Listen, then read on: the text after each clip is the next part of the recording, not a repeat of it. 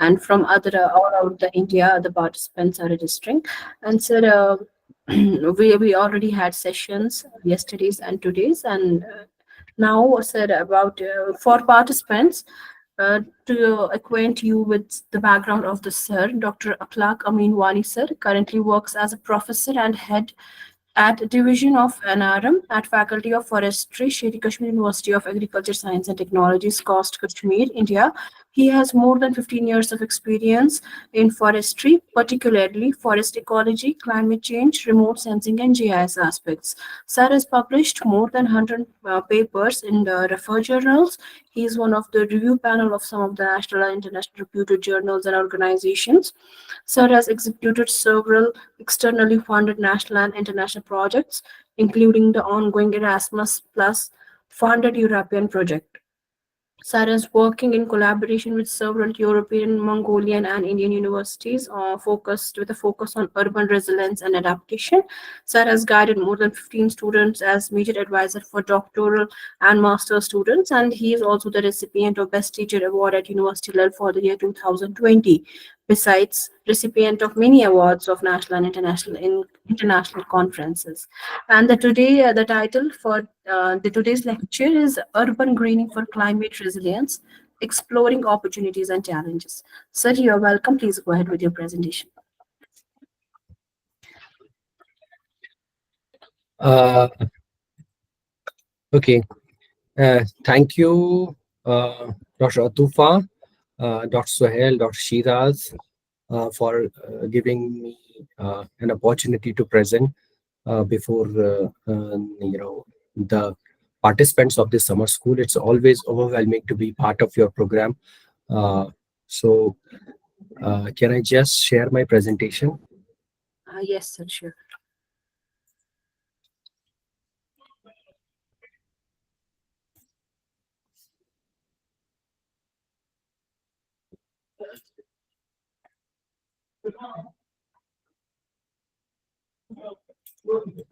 It's not, I'm not getting this icon highlighted, this share presentation. I don't know why.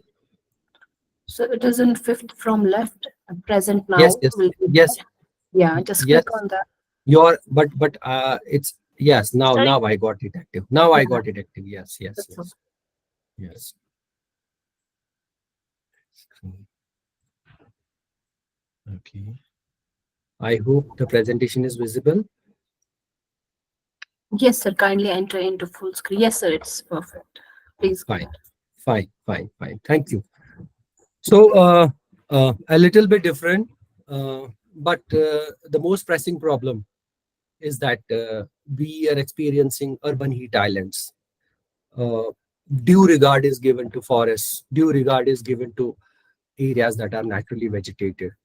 But the things we fail to cope up with is the growing population in cities, growing automobile sector, growing machinery, which is responsible for increasing this urban heat island effect. So we got to think over this, and the forests outside, trees outside forests is the answer to it. And today we'll be talking about urban greening for climate resilience. We need to explore some opportunities and challenges. Uh, before, yes, we'll be talking about urban green, some terminologies, opportunities and initiatives. We'll be talking about understanding accessibility to green spaces. What does it mean, accessibility to green spaces? And how do we have planning on urban green space? What is tree equity score? What are the things that smart city project, because you can't live in isolation, you have to work in tandem with the government, and you have to see how even being in an agricultural sector, like dealing with agriculture, dealing with forestry, dealing with ecology, you can still contribute in the smart city project. And urban green ecology, some of the case studies. And lastly, just a demo for the tree equity analyzer, which is a kind of tool which is being used in United States of America, but has not been adopted worldwide. But this is a thing which will be one of the indicators for prosperity of any particular region. So We know that there is a loss of GDP and to the tune of 5.4% due to heat waves. You might have heard about deaths occurring due to heat waves. And that also doesn't, because when the temperature is excessive, one doesn't feel to go outside and work. So this is, we are losing on our GDP. It's a silent killer. And the potential labor that it affects is to the tune of 167.2 billion, and that has been the report of 2021. And you might have experienced this microclimate in certain areas, like when you are in any campus which is green and you move outside of that campus, you suddenly feel heat to an extent of 2 to 3 degrees higher, or 4 degrees or 5 degrees higher than the campus. So these are the things which compel us to notice and take some suggestive measures, or research initiatives, that we should use this urban greening, to mitigate climate change, to reduce the impact of urban heat islands. Now, sustainable development goals, you already, all of you heard about these 17 sustainable development goals jo hain, which were set in 2015. Now, you talk of any of these sustainable development goals, you will find urban greening will have a role to play. You talk about poverty, you talk about gender equality, you talk about life on land, you talk about climate action, this urban greening will always have a say in any of these 17 sustainable development goals. Now, changing, having a global perspective, if you see on this map, if you see on the polar temperate regions, both on the north side and on the southern side, you'll see the orange color, or if you see extreme ऊपर की तरफ अगर देखेंगे तो red or deep blood red kind of thing you'll see more. And the frequency of change in temperature is more drastic in polar regions than in the tropical areas. So we have to see that climate change is happening, it is real, and we have to deal with it, we have to tackle with it. Terminology, अगर हम बात करें blue green infrastructure की, blue and green, blue is related to water and green is related to greenery, like trees, vegetation, agriculture, and all those things. And these are all interconnected. Where you will find vegetation, there are possibilities that you will also find some water spaces. So these are natural, and this is in totality, this is called as blue green infrastructure. And we talk about green infrastructure, it is the planned network of natural and semi-natural. You also build something which is semi-natural, it's already there, but you do some enhancement and make it more viable, make it more useful for the people, for to deliver different ecosystem services. Green infrastructure, this is something very deliberate, this is something very जो कि humans खुद करते हैं interventions से, that can be in the form of like wastewater treatment plants, protective infrastructure such as dikes and sea walls, इस तरह की. अब green infrastructure को we try to understand. There are green infrastructure, there are four kinds of things you see. You can see in the first, you can see natural assets. In the second, you can see enhanced assets. In the third box, you can see engineered assets. And in the fourth, you can see gray infrastructure. In natural assets, we are already acquainted with all these things. And enhanced, which we do some interference, which we do some maneuvering to adopt such kind of things which help us build green infrastructure. Then, which includes rain gardens, green roof walls, urban trees, naturalized storm water ponds. And engineered, these are like permeable pavement, rain barrels, perforated pipes, and all those things. Gray is strictly bridges, roads, parking lots, culverts, and it's all related to engineering, like kind of civil engineering structures. These are all. And this is, uh, you know, uh, the first one is first box is natural infrastructure which exists by itself because of nature, and the other ones are low impact development like enhanced assets and engineered assets. And gray is totally human based, human intervention based. Now, this is how ideally a typical green infrastructure should look like. It is not every time looks like that, but ideally it should have roads. It should have a small stream going by. It should have the habitation which is there. The buildings which are there should have green hedgerows should have green tops, should have green walls. This is ideally what should do, what we should be striving for. But in reality, we don't get. It's only a concrete jungle that we have to face, and this is the challenge we have to face in this century, that we have to combat climate change and make it more conducive to human development vis-a-vis the development of infrastructure. I don't know whether you have heard about this permaculture. Every city has a core area which is strictly a habitation based, the industry based, the built up based area. We call that as zone zero. There are very less green spaces in that area, and once in this figure, when you move from zone 0 to zone 1, zone 2, zone 3, zone 4, and zone 5, the distance from zone 0 increases. Man means that we are going away from the urban settlement area. And once we move away from zone 0 to zone 5, the the distance increases, and the level of inputs that is required to make this area green decreases. So there's an inverse relationship between the two.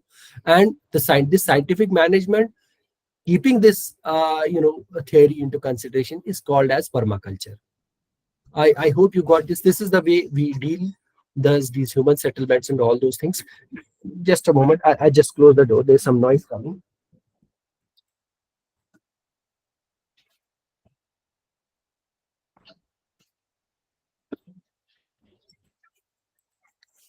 Yeah.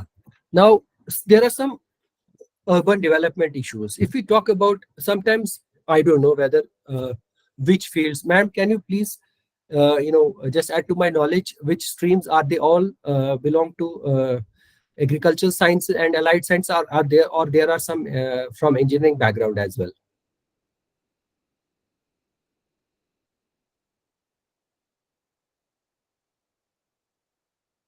Can you hear me? Hello? Yes, sir, you are audible. Yeah, yeah. There some participants from agricultural sciences only, or some other backgrounds also?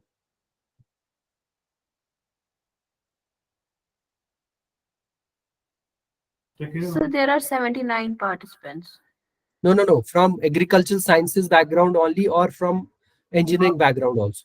Sir, most of the participants are from agroforestry background, but there are Mhm. good number of participants from other backgrounds like Okay, veterinary fine. sciences, Okay, agronomy, fine, soil fine, science, fine, fine, but fine, not from fine, fine. engineering.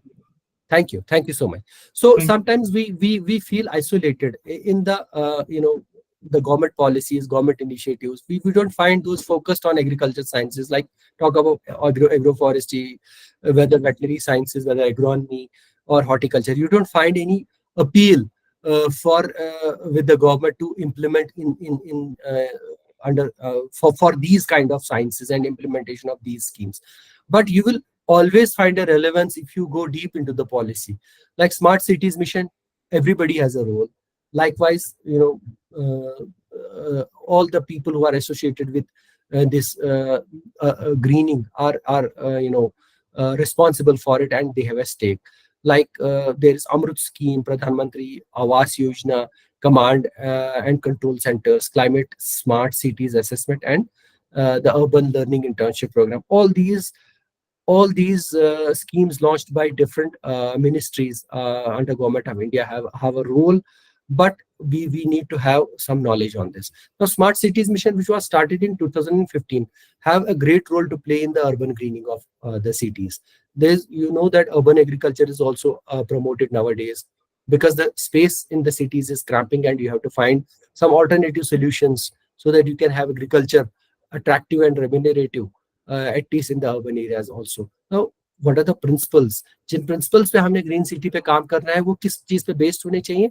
वो economy पे based होने चाहिए, health पे based होने चाहिए, social interaction कैसा रहता है, उस वहाँ की urban की ecology कैसी रहती है, वहाँ का water जो है वो sustainable है, ड्रेनेज सिस्टम की फ्लड थोड़े से पानी से फ्लड आ जाता है, एंड क्लाइमेट एंड पोल्यूशन किस तरह से जा रहा है, उसको हम मॉडरेट कैसे कर सकते हैं।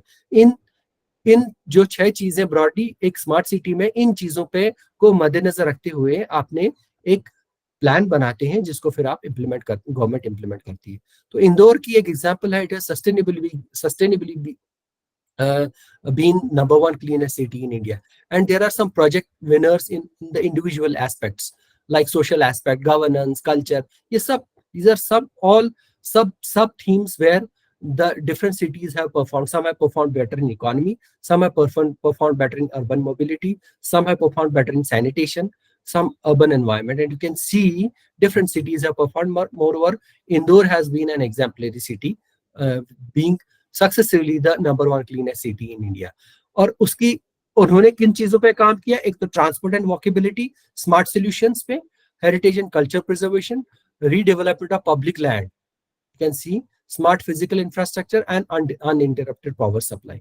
Now all these things, if you talk about transport and walkability में भी green spaces आपको चाहिए, smart solutions में चलो this is all technical based, culture and heritage presentation, it's all related to urban, the green development, redevelopment of public land again related to green spacing, then smart physical infrastructure. Again, there is a significant role of urban greening, and an uninterrupted power supply may not be that much, but still very relevant. And other notable green initiatives may we have Varje urban forest, the Bhoj Tal wetland, Raipur Vizag corridor, all greens mandatory. Everything which is being developed under smart city has to be green. There has to be the systematic plantation of trees, systematic plantation of shrubs, systematic plantation of ornamentals, systematic, construction of permeable pavements. Everywhere you can see the application of green surfaces. Now, understanding or accessibility. इस accessibility का कितना importance है Indian context में और overseas foreign के concept में। Now अभी forest के बेनिफिट्स अगर हम देखिए तो इनर फॉरेस्ट जो है उसका मैंडेट डिफरेंट है, नियर बाई फॉरेस्ट का मैंडेट डिफरेंट है, और फार अवे फॉरेस्ट जो आपकी शहर से दूर है उनका मैंडेट कुछ और है। नॉर्मली अगर इनर फॉरेस्ट की बात करें तो हमें क्लीन, हम यही चाहते हैं कि शेड, थोड़ी सी शेड मिल जाए सिटी में, थोड़ा सा क्लीन एयर मिल जाए, थोड़ा टेम्परेचर हमारा कम हो, थोड़ा हमारा वॉक हो जाए, हमारे छोटे छोटे अगर पार्क्स है उनमें वॉक हो जाए। तो ये इनर फॉरेस्ट जो है उनका काम यही रहता है। अब थोड़ा सा नियर बाय है तो वहाँ क्लीन एयर, ड्रिंकिंग वाटर, ये सब पे ध्यान दो गया। जो फार अवे है उनका डिफरेंट मैंडेट ही डिफरेंट है। It's climate change in a broader perspective, जहाँ के आप चाहते हैं कि हमारा कार्बन एनहांसमेंट हो, कार्बन का स्टोरेज हो, रेनफॉल का एक बैलेंस पैटर्न रहे, टिम्बर का हो, पूरे नेशन के लिए टिम्बर चाहिए, medicinal, biodiversity and all those things. You have to understand these forest के benefits in different perspectives. Angus was one of the Angus is a model which is prevalent in United Kingdom. वहां पे ऐसा है कि अगर आपको किसी जगह में रह रहे हैं, एक हाउसिंग कॉलोनी वहां पे डेवलप हो रही है, एंड मैंडेटरी है कि आपके घर से 5 मिनट की दूरी पे 300 मीटर से ज्यादा नहीं, एटलीस्ट 2 हेक्टेयर का ग्रीन स्पेस होना जरूरी है। Otherwise you will not be allowed to live there. And if it is 2 kilometre away from home, आपके पास कम से कम 20 हेक्टेयर और विद इन 20 किलोमीटर कम से कम एक ग्रीन स्पेस होना चाहिए जिसका की एरिया 20 हेक्टेयर हो। और अगर 5 किलोमीटर दूरी पे है तो कम से कम एक साइट ऐसी होनी चाहिए ग्रीन स्पेस वाली जिसका एरिया 100 हेक्टेयर हो। Do we find these kind of things mandatory in our system? At least अगर हम JNK की बात करें, because I belong to this state, और अगर हम नेशनल लेवल की भी बात करें, there is no such working model that is prevalent anywhere कि जहां पे आप हाउसिंग कॉलोनी बना रहे हैं उस डेवलपर को बोला जाए कि भाई आप हमें बताइए, आप 1000 लोगों को, 1000 फैमिलीज को एक जगह कर रहे हो, तो आपने ये ग्रीन प्रोविजंस का क्या स्कोप रखा हुआ है? आपके 300 मीटर तक के 2 हेक्टेयर का एरिया अवेलेबल है? तो नहीं, this is one thing which we need to adopt. और मकसद यही है जो हमने बोला, इनर फॉरेस्ट का जो रोल है टू शेड के लिए, टेम्परेचर के लिए, पोल्यूशन को कम करने के लिए, टू क्लीन एयर के लिए, ये सब बहुत जरूरी है।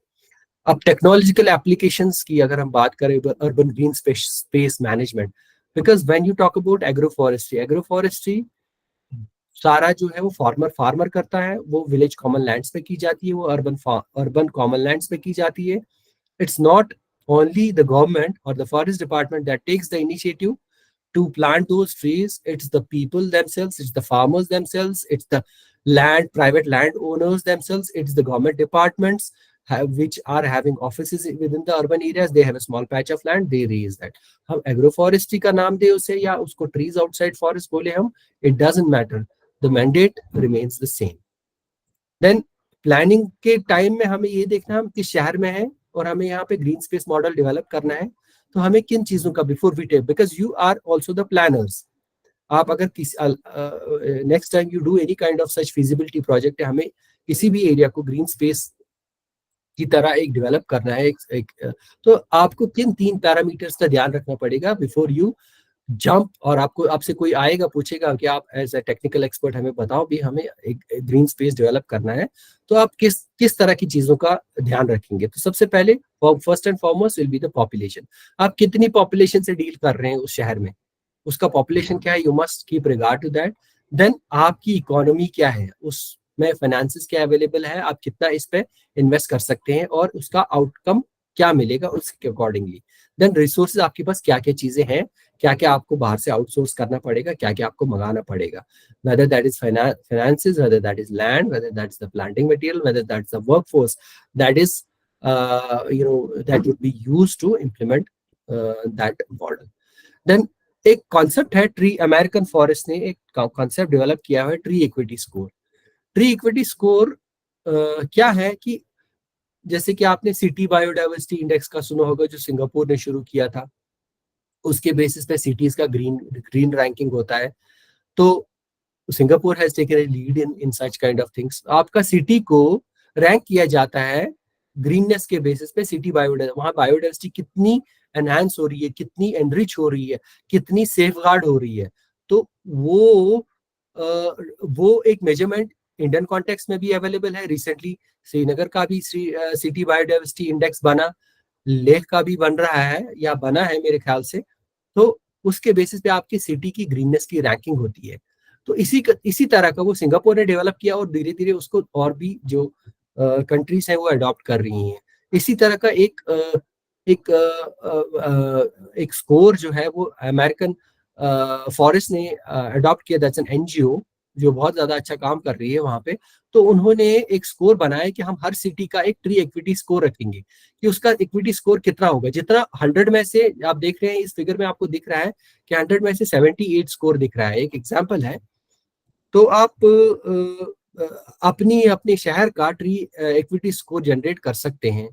तो उसके लिए आपको किन चीजों का ध्यान रखना पड़ेगा, एग्जिस्टिंग वहां पे कितने ट्री क्या कैनोपी है, उसके बाद पॉपुलेशन की डेंसिटी क्या है, वहां जो लोग रहते हैं उनकी इनकम क्या है, एम्प्लॉयमेंट के सोर्सेज क्या है, सरफेस का टेम्परेचर जनरली क्या रहता है, रेसेस कौन कौन तरह के हैं. उसका मतलब हुआ कि कोई ऐसी कास्ट या ऐसी सेक्ट ऑफ पीपल तो नहीं है जो कि प्रिविलेज्ड है. कुछ एक एरिया जो है वहां पे सिर्फ अंडर प्रिविलेज्ड लोग रहते हैं. तो that also calls upon the score, this tree equity score. उनकी एज क्या है, सारे के सारे बुढ़ापे में आ चुके हैं या यंग पॉपुलेशन भी है, या उनकी हेल्थ कैसी रहती है इन जनरल. वो जो एलिमेंट्स है, कोई भी जो डिजीज है वो उनको कितना फ्रीक्वेंटली अटैक करते हैं.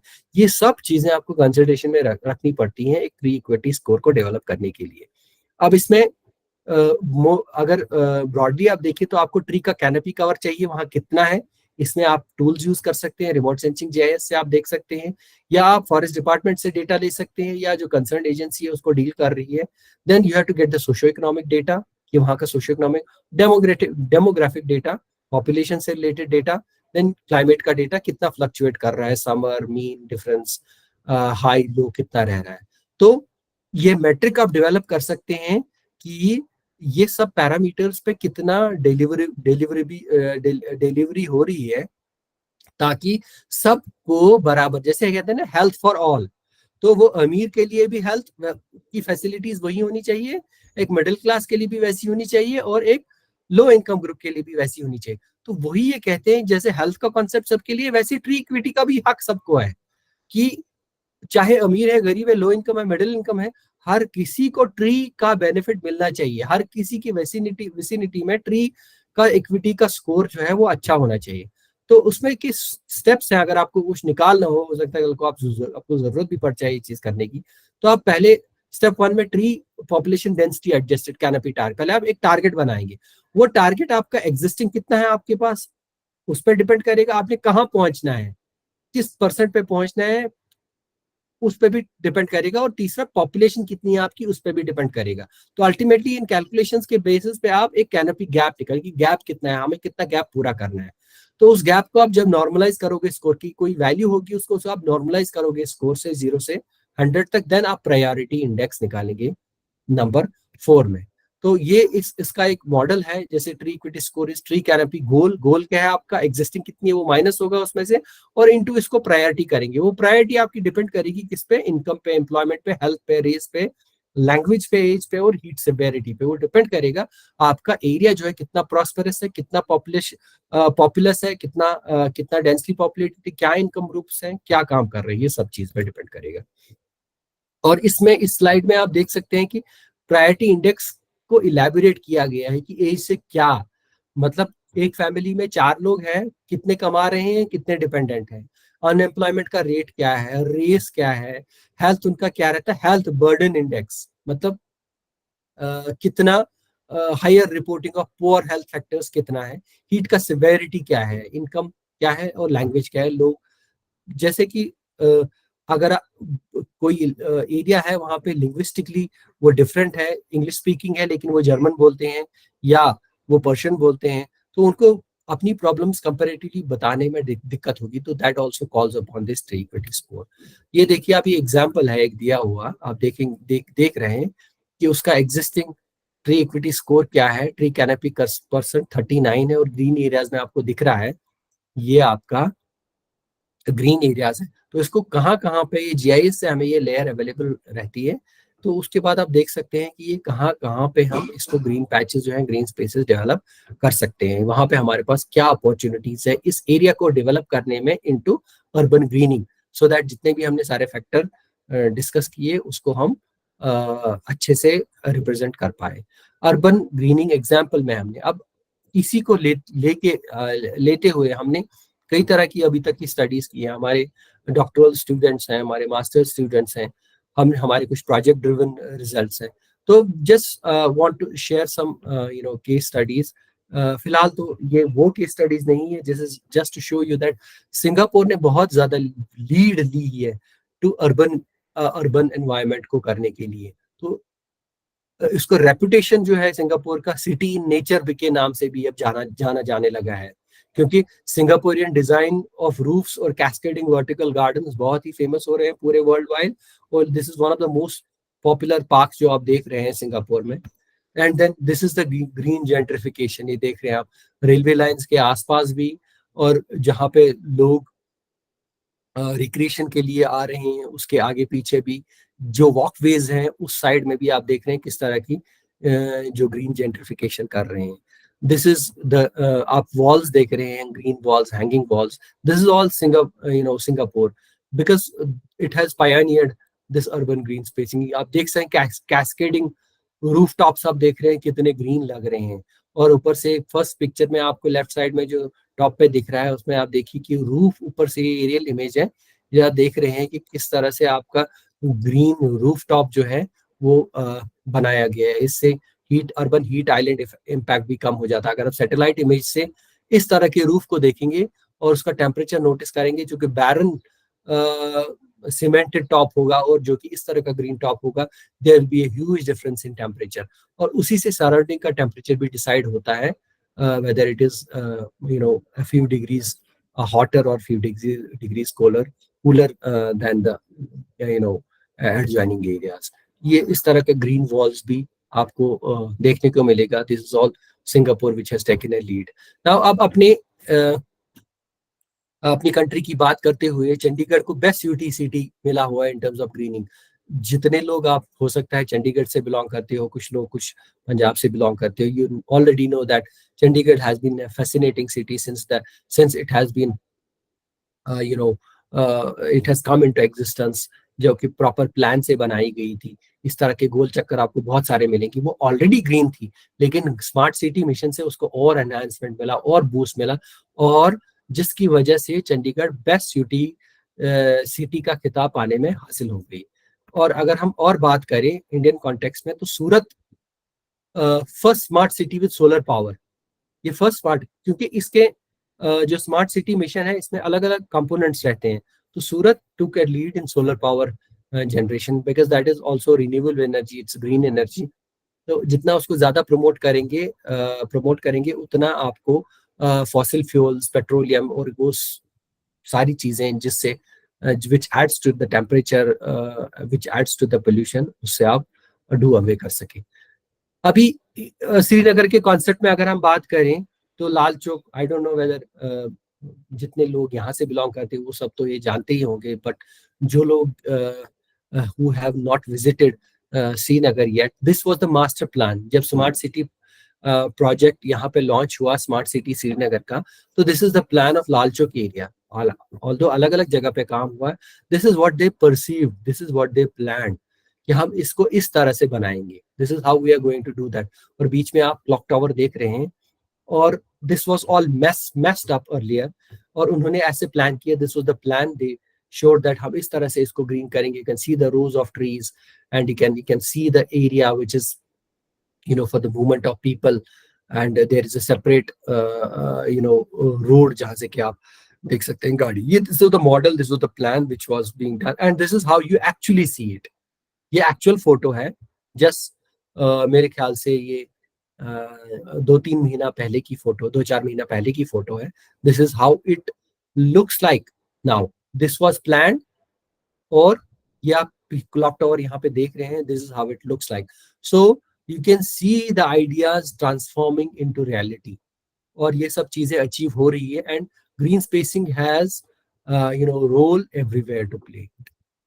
नाउ स्मार्ट सिटी के अंदर में अगर आप देखेंगे तो देखिए आप एम्बैंकमेंट्स हैं। This is one of the waterways from Jhelum, which you can see there is a sloping green patch that is being developed। Trees को अलग अलग जगह पे लगाया गया है, और नीचे आप डल के किनारे आप देख रहे हैं परमिएबल पेवमेंट्स है विद ग्रासेस हैं, बीच में टाइल का वर्क है, और बीच में से परमिएबल पेवमेंट्स भी हैं जहाँ पे आप grass you can see. Then we have fully permeable pavements, we have partially permeable pavements, and on the embankments of the river Jhelum as well as the Dal, you can see greenery all along. Or some it was the congested area, although earlier the traffic would move from this area and the vehicles will move on. Now this area has been entirely converted into a green space, which is thrown open to public as a recreation point where they can shop, where they can have leisure, where they can inhale fresh air and all those things. तब एक slow tourism का definition आया है, क्योंकि अगर आप हिमालयास में अगर आप शहरों की बात करें तो ये सब शहर प्रेशर के अंडर में रहते हैं, क्योंकि एरिया लैंडलॉक्ड एरिया है, और there is very low space available that is for expansion of agriculture, even for habitation। और लोग आते हैं टूरिज्म करके, सेल्फी टूरिज्म जिसे कहते हैं आजकल, थोड़ी सी आपने वीडियोस वगैरह ले लिए, 1-2 रात रुके और चल पड़े। No, that is not the motive in for sustainable tourism। So the term has been coined as slow tourism in these areas, like especially for Srinagar अगर हम बात करें तो tourism has to be sustainable. आपको mobility reduce करनी पड़ेगी, ये नहीं कि आए और गए, आपको रुकना पड़ेगा, मोर टाइम स्पेंड करना पड़ेगा, 15 दिन यहाँ के कल्चर को, यहाँ के क्यूजीन को, यहाँ के लोगों को, यहाँ की लैंग्वेज को, यहाँ के हेरिटेज को, आर्ट को, कल्चर को समझना पड़ेगा, so that you can some more time. और ट्रैवल बहुत कम करना है, to stay at some place to know it more, that's called as slow tourism. Local history जाननी पड़ेगी, होम स्टेज को प्रेफर करना पड़ेगा rather than going to big hotels, और आपका कार्बन फुटप्रिंट है वो कम छोड़ना पड़ेगा। ऐसे नहीं लाखों लोग आए, होटल बुक किया, अगले दिन चले, तीसरे दिन चले गए, that is not going to help this anyway. If you want to promote slow tourism, and especially these Himalayan cities, जो हिमालयन शहर हैं जो बहुत ही ज़्यादा vulnerable हैं, slow tourism is surely going to help these in terms of sustainability. ये examples आप देखेंगे जैसे कि स्लो रिलीजियस टूरिज्म है. अगर यहाँ पे बात करें तो अमरनाथ यात्रा जो रहती है तो उसमें एक रिलीजियस टूरिज्म, लोग आते हैं यहाँ पे, टूरिस्ट बन के भी आते हैं और साथ में अपने रिलीजियस जो ऑब्लिगेशंस है उसको भी परफॉर्म करते हैं. बैक पैकिंग, कुछ बैक पैकर्स रहते हैं, कुछ हाइकिंग ट्रिप्स के लिए आते हैं, कुछ स्पेशली फूड के लिए आते हैं कि हमें अलग अलग फूड टेस्ट करने हैं, ये सब चीज़ें देखनी है. एंड साइकिलिंग ट्रिप्स के लिए that has to be smart city mission का भी एक एम रहा है कि हम साइकिलिंग ट्रैक्स भी डेवलप करें in addition to the green avenues. Now, cycling docks is also a solution. जब पोल्यूशन कम होगा तो साइकिलिंग डॉक, जैसे कि श्रीनगर सिटी में ये नीचे वाली फोटो यहीं की है, तो वो आप देख रहे हैं कि साइकिलिंग डॉक्स प्रोवाइड किए गए हैं ताकि लोग कम से कम व्हीकुलर पोल्यूशन, व्हीकल्स को यूज करें, कम से कम भी व्हीकल्स का पोल्यूशन रहे और आप साइकिल को ज्यादा प्रमोट करें. तो this is also one of the green initiatives. और जो हमने यहाँ पे मैं बात की थी कि हमने बहुत सारे इनिशिएटिव्स लिए हैं डॉक्टरल स्टडीज में और मास्टर स्टडीज में और अपने प्रोजेक्ट्स के थ्रू भी. तो just try to showcase these studies to you so that you try to understand that what kind of urban green spacing, urban green mapping, urban green resilience, vulnerability में हम किस तरह से काम कर रहे हैं. ये लैंड यूज लैंड का और आप देख रहे हैं श्रीनगर का 2007 का मैप है जो हमने तैयार किया, उसके बाद 17 का किया. मैं टॉगल कर रहा हूँ 7 और 17 को, मैं आगे पीछे कर रहा हूँ इसको ताकि समझने के लिए किस तरह की हमारी लैंड यूज हो रही है, लैंड यूज हो रहा है. आप देख रहे हैं कि ये जो रेड कलर आपका हैबिटेशन है ये बहुत आपका बढ़ रहा है. अगर 7 में 2007 में आप रेड एरिया देखेंगे वो कम है, अभी 17 में मैं देख रहा हूँ तो 17 में बढ़ रहा है और हमारी वाटर बॉडीज से कम हो रही है.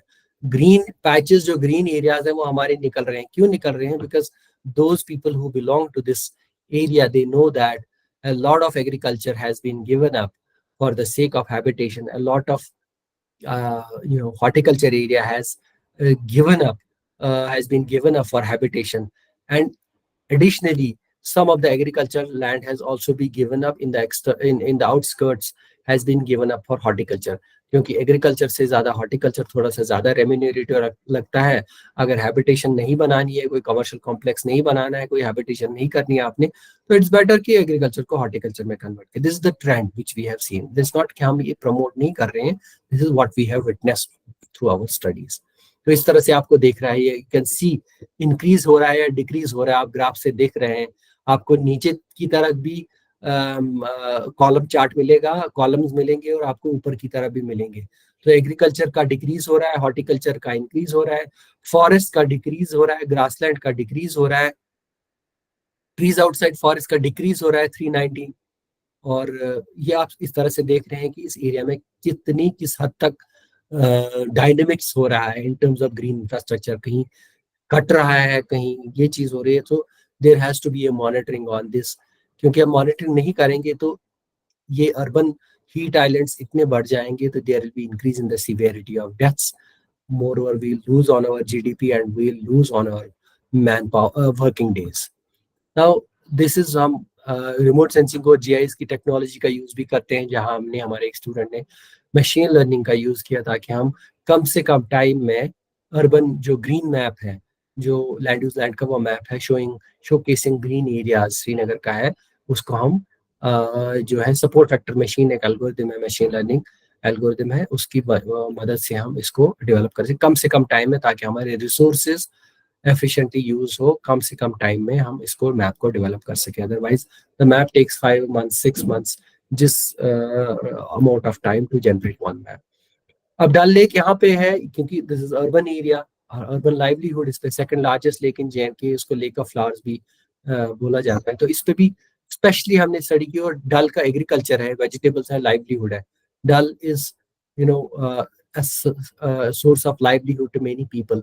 You can see the lotus flowers, they extract lotus stems from there and they get many, because in Dal agriculture, You also get some vegetables and that is sold in the market, और floating market आप देख रहे हैं श्रीनगर के डाल में, जहाँ से इसकी खरीदारी की जाती है, लोग आते हैं लेते हैं। और इसका एक कल्चरल इंपॉर्टेंस भी, अपना टूरिस्ट लोग आते हैं और इसको विटनेस भी करते हैं कि किस तरह की खरीदारी हो रही है, दे एंजॉय इट, और इसका लाइवलीहुड है। बट प्रॉब्लम यह है कि इसका इन्फेस्टेशन हुआ है, इसका इन्फेस्टेशन हो रहा है बहुत टाइम से। और आपको मालूम होगा कि हर एक लेक का एक टाइम होता है, और द लेक का डेथ आप अवॉइड नहीं कर सकते, you just can enhance it's life.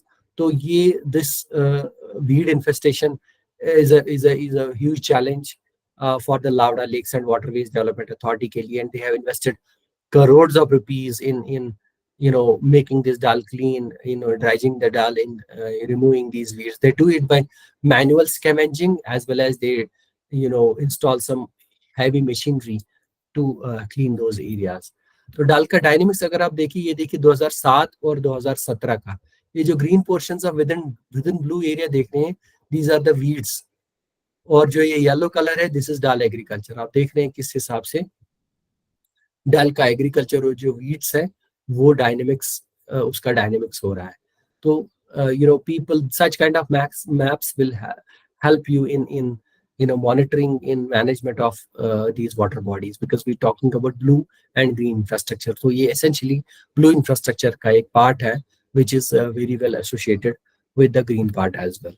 और इस तरह से इसका डायनेमिक्स हुआ है। सैटेलाइट इमेज से आप कुछ स्नैपशॉट्स देख रहे हैं इसमें कि किस तरह से कई बार हैबिटेशन जो थी उसको एनक्रोच भी किया था डाल को कई बार, because they fill the Dal area and then they can they encroach the area and build small hutments so that they can live there. But government took some action and they relocated them to some different areas. और इसका डाल का dynamics देखेंगे, agriculture बढ़ रहा है, कम हो रहा है, देख रहे हैं कि किस तरह की चेंजेस 10 साल के डेकेड में देखे गए हैं इस चीज में। देन इस तरह की हम ग्राउंड ट्रूथिंग करते हैं। फिर अर्बन एरियाज में we have to collect using the GPS, we collect the data from different sources, and then इस तरह से एक और केस स्टडी है पीर पंजाल एरिया में। वहां पे प्रॉब्लम एक है, जो ब्रिक किल्न्स का एरिया है, ये बडगाम एरिया का है, it's also has urban portion of Srinagar. वहां पे एक बहुत प्रिवेलेंस है ब्रिक किल्न्स का। तो प्राइम एग्रीकल्चर लैंड जो है उसको कन्वर्ट किया जा रहा है ब्रिक किल्न्स में। और जो एग्रीकल्चर लैंड है, जैसे 5 कनाल 10 कनाल लैंड का एरिया लिया जाता है, उसको पूरा कन्वर्ट किया जाता है into brick kilns. Productive agriculture land, prime agriculture land is converted into brick kilns, और वहां पे यही ब्रिक किल्न्स का काम चलता है। तो एक तो सॉइल का डिग्रेडेशन हो गया है, दूसरा आप ब्रिक किल्न से पोल्यूशन भी बढ़ा रहे हैं। तो एक साथ में एक कन्वर्जन हो रहा है। ये जो सारा आप कन्वर्जन देख रहे हैं, आप देख रहे हैं, यू कैन सी, मैं टॉगल कर रहा हूँ दोनों मैप्स को, आपको दिख रहा है ये सारा जो ब्राउन कलर की चीजें, ये सारा ब्रिक किल्न्स है, जो कि 2003 से 2013 में जो आई हैं। तो we use different terms for such kind of dynamics. We call this as land shrinking, land degradation, land conversion and deforestation. Deforestation मतलब फॉरेस्ट था पहले, फिर गया, फिर कुछ भी नहीं रहा, तो we call that as deforestation. Degradation अगर बोले तो हम पहले क्लोज्ड फॉरेस्ट था, हाई डेंसिटी फॉरेस्ट था, that is converted into a low density forest, we call that as degradation. ये कोर अर्बन एरिया है। कोर अर्बन एरिया श्रीनगर का एक और स्टडी है जो कि 2016 में ली गई थी। अब इसमें देख रहे हैं कि कोर अर्बन एरिया में भी आपको 17% का एग्रीकल्चर मिल रहा है, 40% का बिल्टअप है। और आप देख रहे हैं फॉरेस्ट का पोर्शन भी है थोड़ा सा 3.97। तो दिस गिव्स यू, अब इसको ये है green cover map. Green cover map में आप देख सकते हैं, जो आप येलो के बैकग्राउंड में देख रहे हैं, सारा ग्रीन जो आप देख रहे हैं, this is your green, this is your green area, this is your urban, this is we can call that as urban forest. I hope you are very well acquainted with the definition of a forest as per forest survey of India. अगर कोई confusion हो तो you can, आप मेरे से last में question पूछ सकते हैं उसके बारे में। I can talk in or reply in detail regarding that, but as of now you can understand that जो भी green area है, अगर वो ये ग्रीन पैच क्वालिफाई कर रहा है तो उसको भी हम फॉरेस्ट बोल सकते हैं as per the definition adopted by forest survey of India. तो दिस इज ग्रीन। आपको देखना हो अपना शहर आपका ग्रीन कैसा लग रहा है, तो यहाँ पे आप देख सकते हैं कितना शहर आपका ग्रीन लग रहा है इस मैप को देखते हुए। अब फॉरेस्ट फायर की वल्नरेबिलिटी। फॉरेस्ट फायर, अगर आप श्रीनगर की पर्टिकुलरली यहाँ केस स्टडीज डेवलप ये की बात कर रहे हैं, कोई शहर ऐसा है वहाँ पे नॉर्मली बर्ड सेंचुरी रहती है, कोई वाइल्ड लाइफ सेंचुरी रहती है, कोई नेशनल पार्क रहती है, जैसे श्रीनगर के एडजस्ट में दाचीगाम नेशनल पार्क है, तो उस साइड में सिटी के जस्ट विसिनिटी में ही फॉरेस्ट है, और कई बार ड्राई स्पेल्स होती है यहाँ पे, और ड्राई स्पेल की वजह से फॉरेस्ट का फायर बढ़ जाता है because of some human reasons की बर्निंग से कुछ छोड़ दिया और वो फैल गया और फॉरेस्ट में आग लग गई, और ये आग तो कहीं भी किसी भी जगह लग जाती है, तो उसको उसकी वल्नरेबिलिटी को, कि आपका फॉरेस्ट कितना वल्नरेबल है फायर को कैच करने के लिए, उसमें कितना फायर का फ्रीक्वेंसी है और कितना वो वल्नरेबल है टू फायर। तो हमने एक स्टडी की जिसमें कि हम बहुत सारी डिफरेंट तरह की जीआईएस मैप्स डेवलप करते हैं, slope, settlement, road, population, digital elevation model, precipitation, land use land cover, aspect map, and ultimately we come up with a fire का रिस्क। हमारे एक स्टूडेंट ने काम किया है, उन्होंने एक रिस्क मैप बनाया forest fire risk and vulnerability Srinagar का देखने के लिए। तो उससे हमने इसको उस पूरे अर्बन ग्रीन ग्रीन एरिया को हमने क्लासिफाई किया कि कौन सा जो ग्रीन एरियाज हैं वो वल्नरेबल है कितने, जैसे कि आप देख रहे हैं कि इसमें वेरी लो वल्नरेबल है, लो वल्नरेबल है, मॉडरेटली वल्नरेबल है, हाईली वल्नरेबल है, और रेड कलर में आपको हाईली वल्नरेबल दिख रहा है। और इसको हमने फिर वैलिडेट भी किया। ये जो रेड कलर, इस मैप को हमने बैकग्राउंड में आप देखिए ये पॉइंट्स डाले हुए हैं, दीज आर वैलिडेशन पॉइंट्स। तो ये एक्चुअली फायर लगी हुई है, ये जो पॉइंट्स आप देख रहे हैं कहाँ कहाँ फायर लगी हुई है। तो आप देख रहे हैं कि जो हमारा red area, very high risk zone जो है, वेरी हाई रिस्क जोन जो है, तो मेजॉरिटी जहां पे फायर लगी है वहीं पे हमारा रिस्क जोन भी आ गया। तो इससे हमारा वैलिडेशन हो गया कि हमारा जो मैप है वो करेक्ट बना है। और mapping and monitoring trees outside forest, trees outside forest में आप देखेंगे क्योंकि आप एग्रो फॉरेस्ट्री से ताल्लुक रखते हैं सारे, तो आपको मालूम होगा boundary plantation, road side plantation, river side plantation, horticulture, would lot, scattered patches with clumping plantation, ये सारे सब को हम मैप कर सकते हैं। और हमने हाई रेजोल्यूशन डेटा लिस्ट 4 का इंडियन सैटेलाइट का सैटेलाइट इमेज यूज किया और उससे के बेसिस पे हमने ये मैपिंग करी। और ये आपका मैप का जूम इन देख सकते हैं कि हमने अलग अलग उन ग्रीन सारे ग्रीन एरियाज को हमने डेलीनेट किया into different trees outside forest practices. ये सारे जो प्रैक्टिसेस हैं, चाहे boundary plantation, road side plantation, woodlot, horticulture, river side scattered, ये सारे ट्रीज आउटसाइड फॉरेस्ट की प्रैक्टिसेस है। सॉइल इरोजन वल्नरेबिलिटी असेसमेंट हमने गांधरबल का किया कि आपको मालूम है कि यहाँ पे इरोजन का बहुत ज्यादा खतरा रहता है, फ्लडिंग का भी बहुत खतरा रहता है।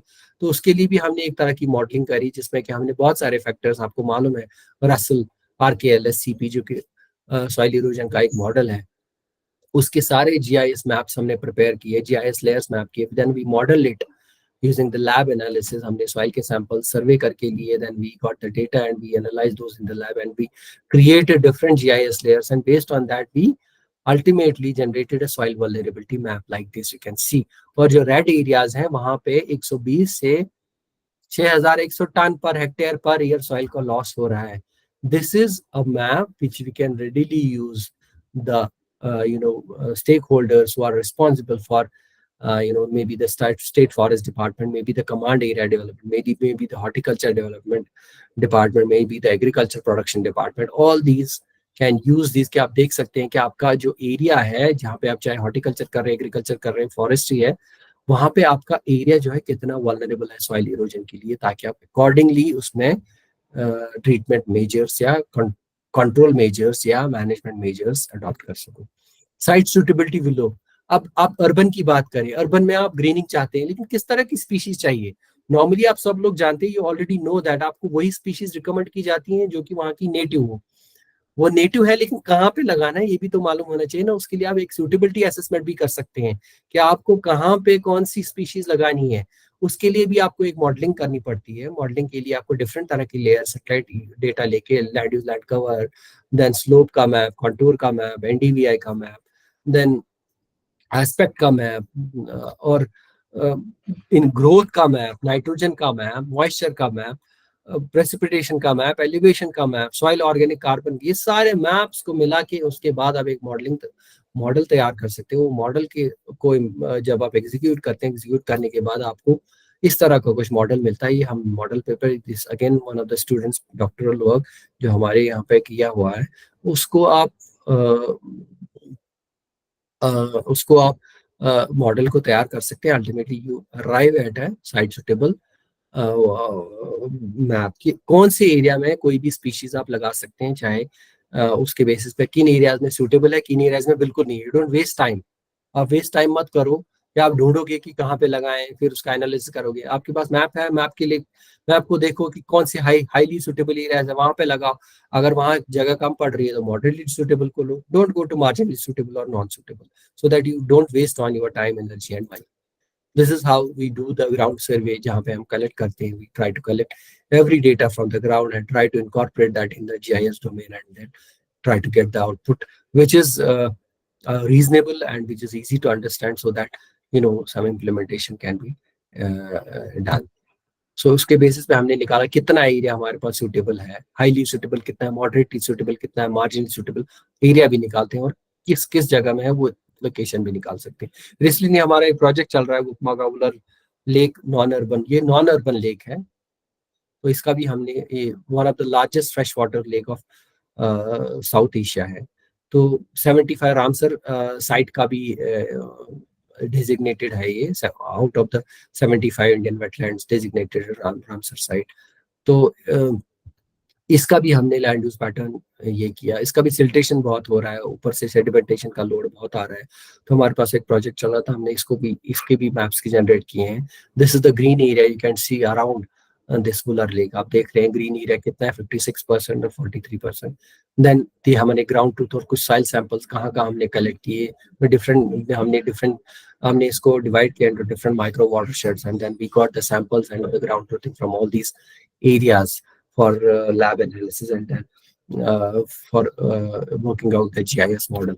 Then ये लेक के अंदर में, although इसमें सारा पानी होना चाहिए, it should be all water, but you can see a lot of land use, land cover is coming up. Different तरह के land uses वहाँ पे develop हो रहे हैं। Otherwise normally ideally it should be only water that should be here. और हमने एक vulnerability assessment किया कि ये हमारा जो वुलर लेक है इसका कैचमेंट कितना वुलनरेबल है। आप देख सकते हैं वन इज लेस वुलनरेबल और वुलनरेबल, एंड फिर ब्लू ग्रीन और उसी तरह से जो आपका पिंकिश पोर्शन है वो सारा वुलनरेबिलिटी इंक्रीज हो रही है वहां से वहां तो जाने।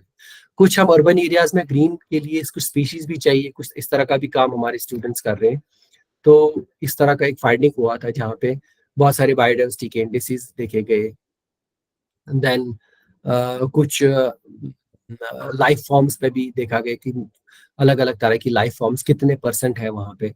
फिर हैबिटेट का प्रायोरिटाइजेशन भी किया गया। और ये अगर फिर पर्टिकुलरली टॉक अबाउट श्रीनगर, तो उसमें आप देखेंगे अलग अलग तरह की स्पीशीज जो अर्बन एरियाज के लिए फिट है और ऑलरेडी एग्जिस्टिंग है और जिनको हम रिकमेंड कर सकते हैं for the urban species, specially in the temperate region of Kashmir Himalayas. तो इस तरह की स्पीशीज हैं जो आपको देखने को मिल रहे हैं, हाइड्रेंजिया, ये सब स्पाइरिया, कुछ शर्ब्स हैं, कुछ फ्लावरिंग प्लांट्स हैं, कुछ ट्रीज हैं। तो लास्ट में मैं बोलना चाहूँगा अर्बन स्पेसेस जो हैं, ये urban spaces green embraces, sustainable cities, resilient futures, building cities and nurturing future.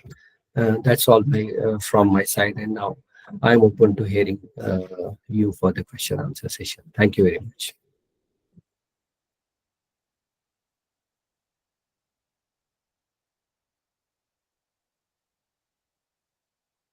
So much. It was a great listening to you, coming from the urban, non-urban, and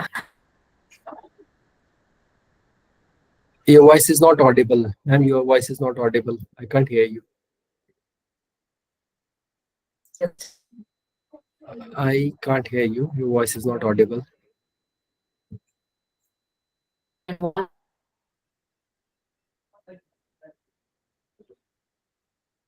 Is it audible to all others? how you Please. finished give this.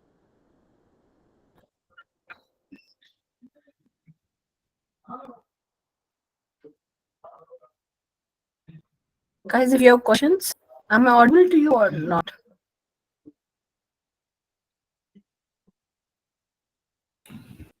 So there are some questions, some queries in the chat box.